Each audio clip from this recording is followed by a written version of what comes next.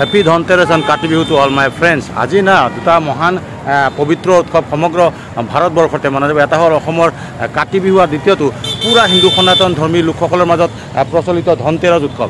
ঠিক আছে, আজি এই ধনতেৰছ উৎসৱত না উৎসৱ সম্পৰ্কে চাৰা কুছ ইনফৰ্মেশ্যন মই ভিডিঅ'টো দিব চেষ্টা কৰিম। লগতে ধনতেৰছ উপলক্ষে নাৰেংগীত হৈ থকা বজাৰত হৈ থকা দৃশ্যৱালী আপোনালোক দেখাব চেষ্টা কৰিম। हमेशा की तरह आप लोग बने रहेगा मेरा कैमरा और मेरा चैनल नतुन ভিডিঅ' বন্ধুসকল, এই পবিত্ৰ ধনতেৰছ উৎসৱটো না অসমীয়া আৰু বঙালীসকলৰ বাদে বাকী সকলো হিন্দু সনাতন ধৰ্মাৱলম্বী লোকসকলে মহা ধুমধামেৰে উদযাপন কৰে। গোপালৰ দোকানত এইবিলাক বস্তু, এইবিলাক গোটেই পাকঘৰৰ ইউজ হোৱা বস্তু, ধাতুৰ বস্তুবিলাক উলিয়াই থৈছে প্ৰত্যেক বছৰে গোপালতে। ধনতেৰছৰ দিনা এই গোপাল আমাৰ ভাতৃৰ প্ৰতি মোৰ বন্ধু হয়, কিন্তু সৰু হয় মোতকৈ, গতিকে ভাতৃ বয়সৰ মোৰ বন্ধু গোপাল। হাই আৰু হেপী ধনতেৰছ। আচ্ছা, আজি ধনতেৰছৰ দিনা কেনে লাগি আছে, মানে বিক্ৰী বাৰ্তা কেনেকুৱা, বা ধনতেৰছ একচুৱেলি কি কৰে মানে অলপ ক'ব পাৰিবা নেকি? বস্তু কিনে সোণ ৰূপৰ আৰু নোৱাৰিলে তামা পিতল কাঁহ, মানে আৰ্থিক যাৰ যিমান সবলতা আছে পাৰিলে মানে মূল্যৱান ধাতু কিনিব লাগে এই ধনতেৰছৰ দিনা। ভক্তি চাই ভক্তি, গতিকে কিছুমানে বাচন বৰ্তনো কিনে যাৰ আৰ্থিকভাৱে এই, আৰু যোনে সবল আছে সোণ গহনা কিনে।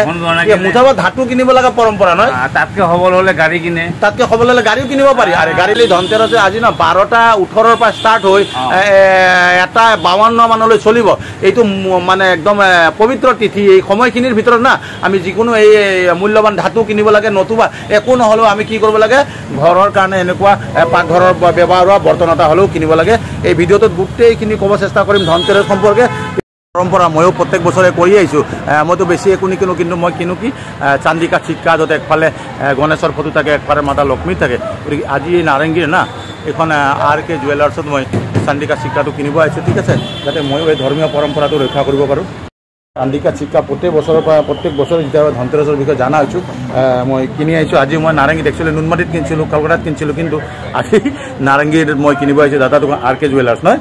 ঠিকে আছে, এই মোক চান্দিকা চিক্কা দেখিছে, একফালে লক্ষী গণেশ আছে আৰু দ্বিতীয় ফালে এইটো আমাৰ লগো আছে, দোকানৰ লগো আছে, লক্ষী গণেশ আছে। যিসকলে পাৰে সোণৰ মুদ্ৰা কিনে, ঠিক আছে, আৰু যিসকলে অলপ কম চান্দিকা চিক্কা কিনিলেও হৈ যায়। আৰু তাতকৈ যদি অলপ অসুবিধা আৰ্থিকভাৱে, তেতিয়াহ'লে বাচন বৰ্তন এটা ধাতু কিনিব লাগে, মূল্যৱান ধাতু। কি কিনিব লাগে, কি কিনিব নালাগে ব্লগটোত মই ক'ম।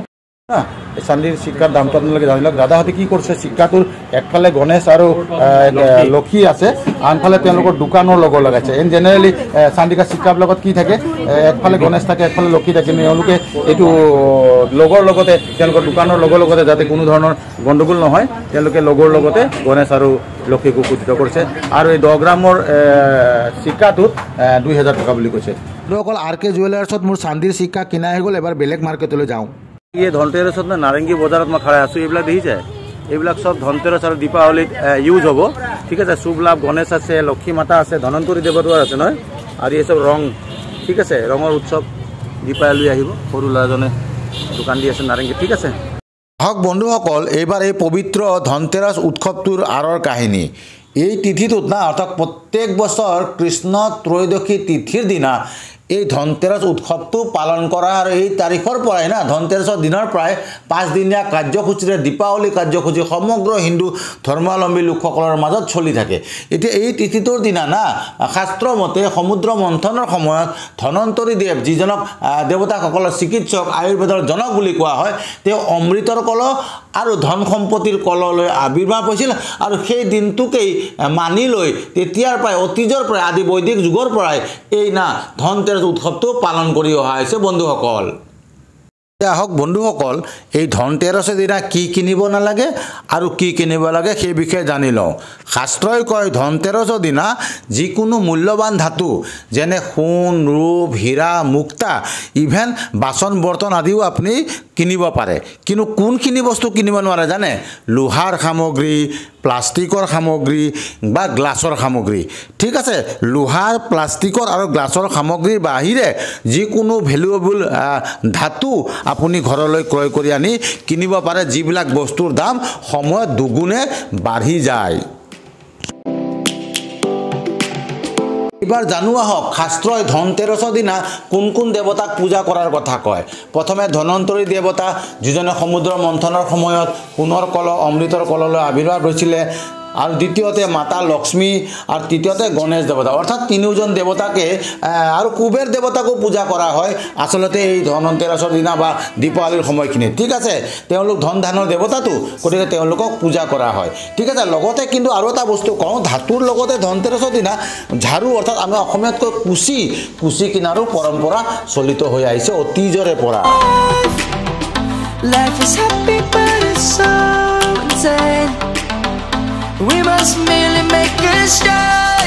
এইবোৰ চাওক ফটকা ফুলজাৰিৰ সামগ্ৰী অৰ্থাৎ ধনতেৰাছৰ দিনৰ পৰাই না দীপাৱলীৰ দিনলৈকে ফটকা ফুলজাৰি ইত্যাদি আমাৰ ব্যৱহাৰ কৰা হ'ব পূজাৰ লগতে উৎসৱ পালন কৰাৰ আগতে ঠিক আছে এইগা ফটকা ফুলজাৰি আতচবাজিৰ সমগ্ৰ সামগ্ৰীৰ দোকান নাৰেংগীত অলৰেডি ষ্টাৰ্ট হৈ গৈছে ঠিক আছে আপোনালোকে নিজৰ ঘৰত এইবোৰ ক্ৰয় কৰি আনিব পাৰে আৰু এই উৎসৱটো চেলিব্ৰেশ্যন কৰিব পাৰে চাকি বন্তি কুচি ফটকা ফুলজাৰি অৰ্থাৎ ধনতেৰাছৰ দিনৰ পৰাই না গোটেই হিন্দু সনাতন ধৰ্মী লোকসকলৰ মাজত উৎসৱ মুখৰ পৰিৱেশ সৃষ্টি কৰাৰ কাৰণে সামগ্ৰী বজাৰত উপলব্ধ পবিত্ৰ ধনতেৰাছৰ দিনা না আজিৰ পৰা একচুৱেলি 18 আজি ধনতেৰাছৰ দিনৰ পৰা দিৱালীৰ উৎসৱটো আৰম্ভ হৈ যায় নাৰেংগী বজাৰত মই কৈছিলোঁ যে নাৰেংগী বজাৰখন ধনতেৰাছৰ দিনা আপোনালোকক দেখুৱাম দাদা এজনে তেখেতে দোকান দিছে দাদা আপোনাৰ নামটো কি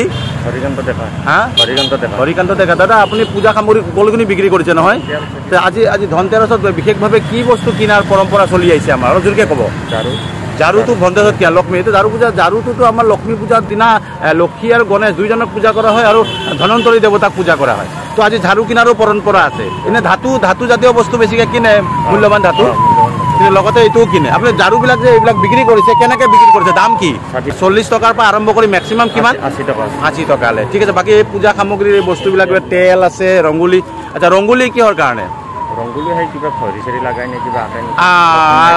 আলপনা আঁকে দিৱালীত আলপনা আঁকে ধনতেৰাছৰ দিনাও আঁকে ঠিক আছে দাদাৰ লগত কথা পাতি লৈ নাৰেংগীত তেওঁ এখন দোকান লগাইছে এখেতে আপোনালোকে আহি কিনিব পাৰিব ইয়াতে ঝাৰু দেখিছে গোটেইফালে ঝাৰু দেখা পাব ঝাৰু কিনাৰ পৰম্পৰা যিহেতু লক্ষ্মী পূজা কৰা হ'ব গণেশ পূজা কৰা হ'ব ধনন্তৰী দেৱতাক পূজা কৰা হ'ব গতিকে মূল্যৱান ধাতু কিনাৰ লগতে ঝাৰু কিনাৰো পৰম্পৰা আমাৰ এই আজিৰ উৎসৱটোত চলি আহিছে ঠিক আছে বন্ধুসকল আপোনালোকে সকলোৱে না ধনতেৰছ দীপাৱলী ইত্যাদি সকলো উৎসৱেই আপোনালোকে উদযাপন কৰিব কিন্তু আপোনালোকলৈ এই ভিডিঅ'টোৰ জৰিয়তে মই এটা এপিল ৰাখিছোঁ যিহেতু এটা বহুত ভয়ানক ট্ৰেজিক ঘটনা অসমত ঘটি গ'ল সকলোৰে মৰমৰ সকলোৰে আপোন মহান সংগীত শিল্পী জুবিন গাৰ্গৰ আকস্মিক মৃত্যু হ'ল আৰু তেওঁৰ ন্যায় বিচাৰি না সমগ্ৰ বিশ্বতে সমগ্ৰ ভাৰতবৰ্ষ সমগ্ৰ অসমতে তোৰপাল লাগি আছে গতিকে তেখেতৰ মৃত্যুৰ ন্যায় বিচাৰ অৰ্থাৎ জাষ্টিছ ফৰ জুবিন গাৰ্গ অৰ্থাৎ যেতিয়ালৈ নহয় না তেতিয়ালৈ আপোনালোকে না এই চেলিব্ৰেশ্যনবিলাক অলপ কমকৈ কৰিব ধৰ্মীয় ৰীতি নীতি পৰম্পৰাখিনি আপোনালোকে ৰক্ষা কৰিব